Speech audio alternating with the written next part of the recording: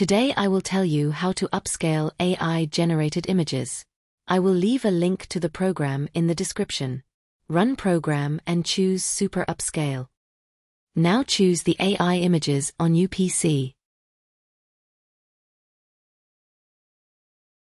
Click Generate button and wait for the process to complete.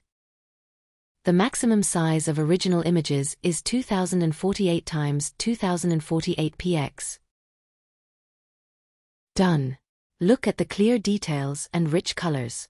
The quality is very good. Now we will save our image for re-upscaling.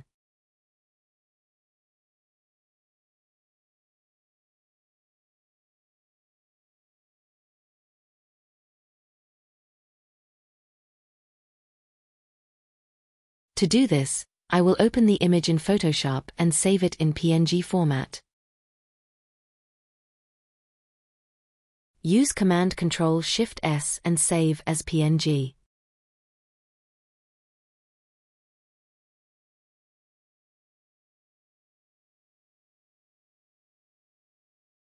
Now return to Upscaler and choose our new PNG images with dimension 2048 by 2048.